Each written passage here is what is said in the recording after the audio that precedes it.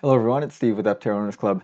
Several days ago, I made a video about this calculate your savings that was on Aptera's website, and they wanted to know what your local average solar exposure was. And if you push this little button with the question mark, you see this map of the world showing the relative solar radiation levels at different areas in the world.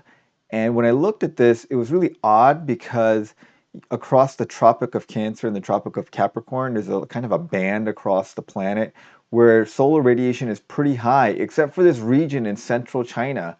And I thought that was really odd.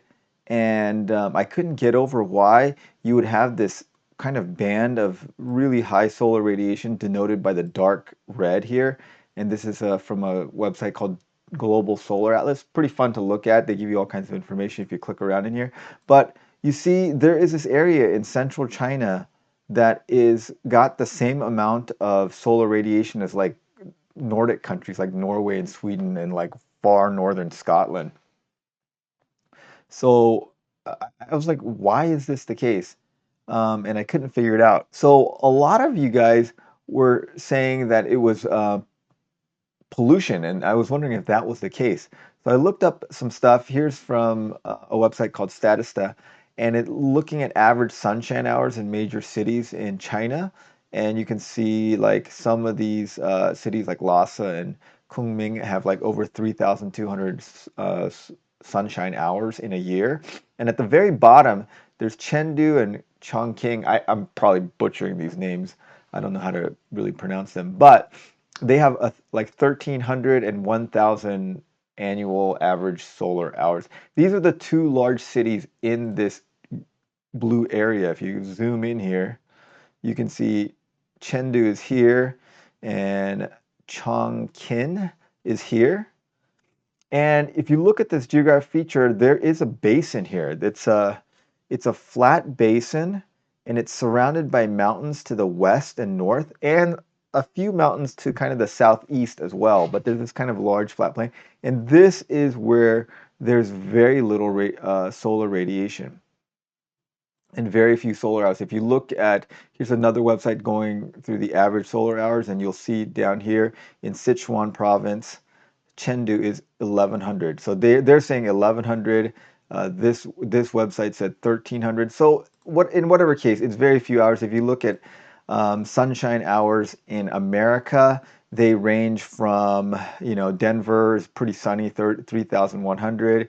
You see Las Vegas, 3,800. So lots of solar radiation there. And then on the lower end, you see places like Pittsburgh at 2,000 and Seattle at 2,100. So this area of China is much less sunny than places like Pittsburgh and Seattle. And so I looked at the most polluted cities by air quality. And if you look on here, these cities, now Chengdu, the cities in this area do have bad air quality. That's absolutely true. Um, but it's not so bad as to block out the sun. And it's not crazy that you would have bad enough pollution to blot out the sun. Because I remember people in Pittsburgh telling me that during the heyday of the steel mills, that there was no grass that grew in around Pittsburgh because it was dark at noon in Pittsburgh, and they would run the street lights in the middle of the day to give enough light because the sun couldn't make it through all the smoke from the coal fires. And that if you wore a white shirt by noon, it would be a gray shirt. And most of the buildings in Pittsburgh were covered in a gray soot during when the steel mills were going full steam. So it's not crazy to think that you would have enough air pollution to blot out the sun and reduce solar radiation. But I think it is a little crazy to think that this entire area like this would be blotted out by sun by air pollution. And that does not seem to be the case. If you look at this, the most polluted cities in the world by air pollution are mostly cities in India, actually. There are a few Chinese cities. Um, but none of them are the cities in that area of China.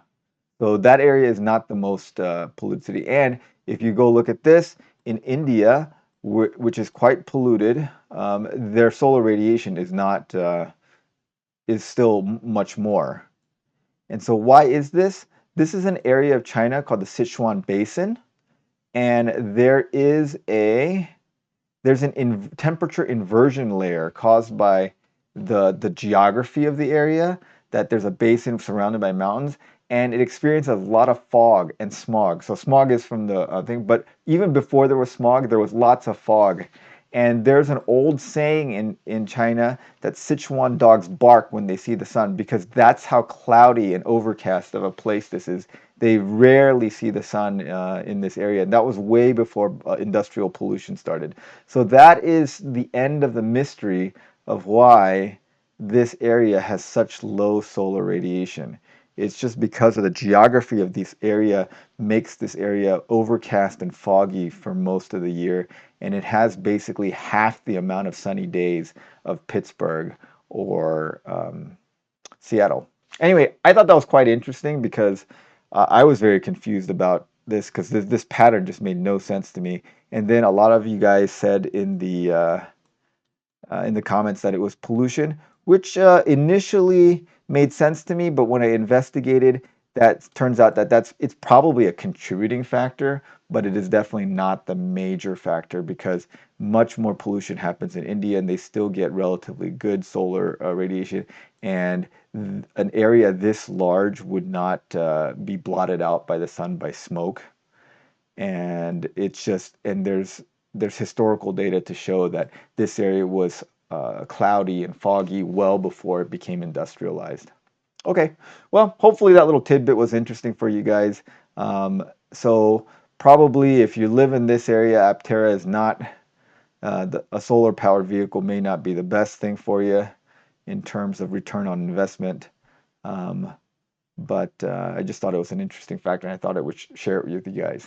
All right, thanks for watching.